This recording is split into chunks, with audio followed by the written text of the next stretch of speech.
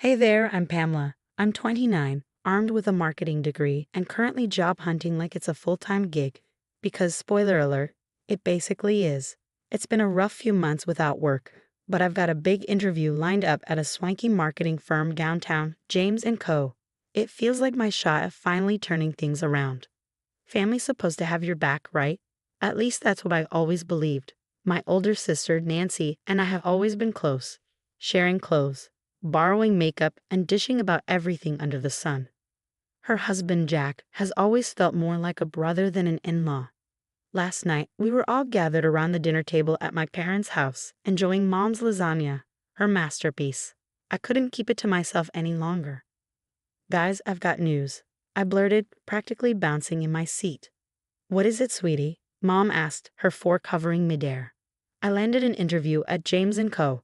It's this Thursday. The room erupted with congratulations. Mom was already plotting my outfit. Dad looked proud enough to burst, and Nancy, well, her smile didn't quite reach her eyes. That's great, Pam, she said, squeezing my hand. You'll knock them dead. But something in her tone felt off, like a faint crack in her usual enthusiasm. As the night went on, little things started to stick out. Jack was quieter than usual, pushing his food around his plate. When the conversation turned to money, because it always does when you're job hunting, I caught a quick glance exchanged between him and Nancy. Worry? Guilt? Frustration? I couldn't pin it down, but it lingered. Later that night, sprawled out on my bed, I spilled everything to my best friend, Zoe. Zoe, this could be it. The job, the salary, the fresh start. Okay, maybe not the corner office right away, but you get me. She laughed on the other end. Girl, you've got this in the bag. Just breathe, okay. I know, I said, rolling my eyes even though she couldn't see. It's just, Nancy was acting weird. And Jack, he looked like someone stole his lunch money. Maybe they're stressed about their own stuff, Zoe suggested. Don't let it throw you off. This is your moment, Pam. You're right, I said, brushing away the nagging feeling. Enough about that. Help me pick out an outfit. Thursday morning came faster than I expected. I woke up before my alarm, excitement and nerves tangled in my stomach. I went through my prep ritual, hair perfect, outfit on point, resume triple-checked. I grabbed a to-go coffee and headed out, feeling invincible. The drive downtown was a blur of pep talks and deep breaths. When I arrived at the sleek James & Co. building, I felt a rush of confidence. You've got this, I whispered, smoothing my blazer one last time. Inside, I was greeted by a sharply dressed woman in her 40s. Her smile was polite, but her eyes didn't match the warmth of her words. Red flag number 1. Miss Carter, please have a seat, she said, gesturing toward the chair across from her. Thank you, I said, trying to sound calm. We have some concerns to address before we begin, she said, sliding a folder onto the desk. My stomach dropped. Concerns. We received an anonymous email this morning with some troubling information about you. Her voice was crisp, her tone all business. Can you explain your criminal record? I blinked, completely blindsided. I'm sorry, what? Your criminal record, she repeated, her expression hardening.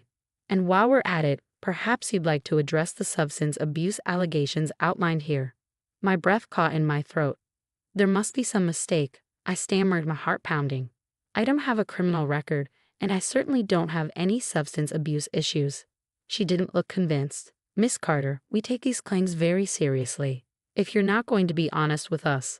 I am being honest. I interrupted, my voice rising in panic. There's been some kind of mistake. Please, can I see this email? The interviewer shook her head, her expression unchanged. I'm afraid that's confidential. Look, Miss Carter, I think it's best if we end this here. And just like that, it was over. I stumbled out of the office in a daze, barely remembering to thank the receptionist on my way out. My legs felt like lead as I made it to the parking lot, where I fumbled for my phone with shaking hands. Zoe, I choked up as soon as she picked up. It was a disaster. A complete and utter disaster. Pam, slow down. What happened? I spilled everything, my words tumbling out in a frantic rush. Zoe stayed quiet, letting me unload the nightmare of an interview. Okay, she said once I ran out of steam. Let's think about this logically. Someone's clearly set you up. But who and why? My mind raced, flipping through possibilities. Who would go out of their way to sabotage me like this? I don't know, Zoe, I whispered, voice cracking. I just don't know.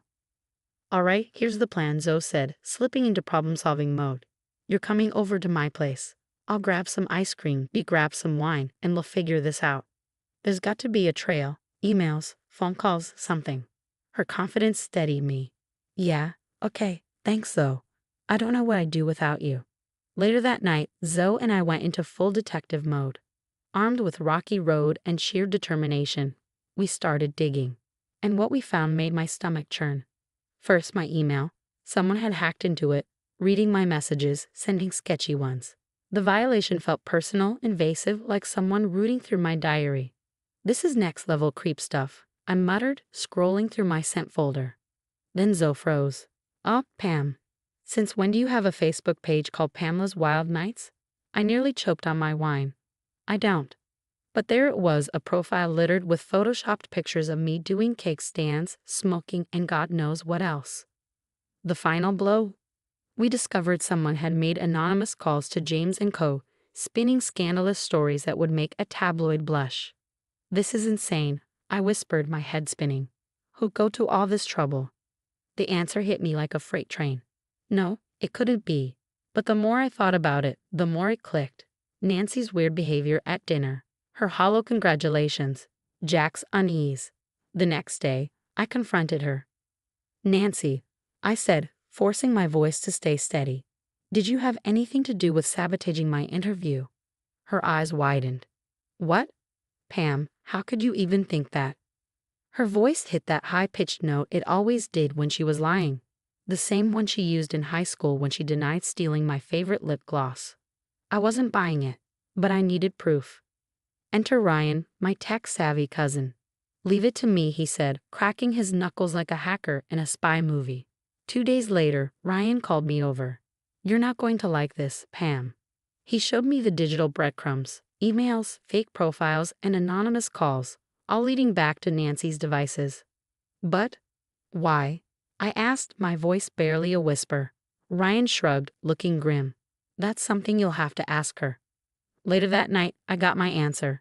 Jack's raised voice carried through the phone as I passed their living room window. Words like payments and deadlines caught my ear. It hit me all at once. Jack had a gambling problem. They were drowning in debt. Suddenly, Nancy's actions made a twisted kind of sense.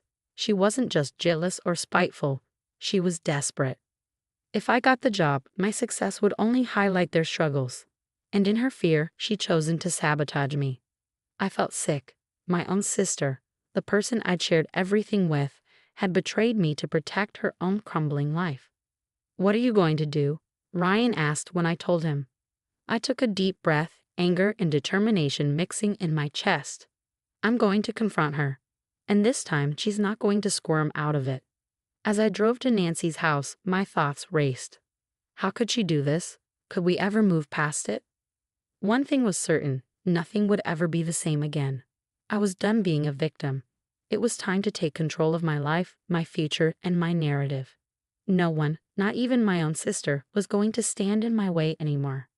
When I stormed into Nancy's house, my blood was boiling. She sat there, trying to act calm and innocent, but I wasn't buying it. Cut the crap, Nancy, I snapped, slamming the folder of evidence onto her coffee table. I know what you did. Her face went pale. Liv, I don't know what you're talking about. Save it. I interrupted, pointing to the damning documents Ryan had uncovered. The hacked emails, the fake profiles, the anonymous calls to James and Company, it was all you, explained Ness. Nancy's eyes darted around, desperate for an escape. That's when Jack walked into the room, his brow furrowed in confusion. What's going on? He asked, looking between us. I turned to him, my voice trembling with fury. Your wife sabotaged my job interview. She's been actively trying to ruin my life. Jack's jaw dropped, and he looked at Nancy, who was now on the verge of tears. Is this true? And just like that, the dam broke. Nancy started sobbing, her words tumbling out in broken gasps. I'm sorry. We're in so much trouble, Jack. The debts, the gambling. I couldn't stand the thought of Liv being successful while we're falling apart. Jack's face hardened, his shock giving way to anger. So you tried to drag her down with us? Nancy, what the hell? I stood there, shaking with a mix of rage and heartbreak. Seeing her breakdown was like watching a slow-motion car crash. Horrifying, but impossible to look away from. I trusted you, I said, my voice barely above a whisper. You're my sister. How could you do this to me? Nancy reached out to me, tears streaming down her face. Liv, please, I wasn't thinking straight. We can fix this, right? I stepped back, shaking my head. No, Nancy, we can't. I turned to Jack, my tone softer but firm. You both need help. I'll help you find a support group for the gambling, Jack. But after that, I'm out. I'm done. The next few days passed in a blur of emotions. I reached out to James and Company, explaining the situation with as much honesty and professionalism as I could. To my surprise, they were understanding. We were impressed by how you've handled this, the HR manager said. We'd like to offer you another interview. 6 months later, my life looks completely different. I'm thriving at James and Company, working on exciting campaigns that make me love what I do. My mornings are filled with purpose, and my evenings are often spent laughing over wine with Zoe or learning coding basics from Ryan. As for Nancy and Jack, they're in counseling.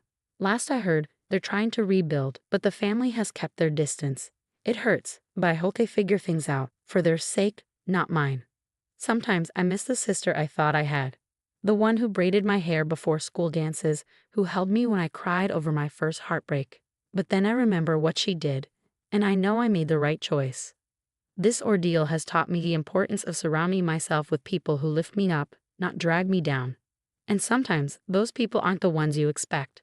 So here's to new beginnings, to standing up for yourself, and to realizing that you don't need to dim your light for anyone, not even family. Would I ever forgive Nancy? I don't know. Maybe someday, if she proves she's changed. But forgiving doesn't mean forgetting, and it doesn't mean letting her back into my life. Some betrayals cut too deep. What about you? If you were in my shoes, could you forgive your sister? Or is sabotaging your future an unforgivable betrayal?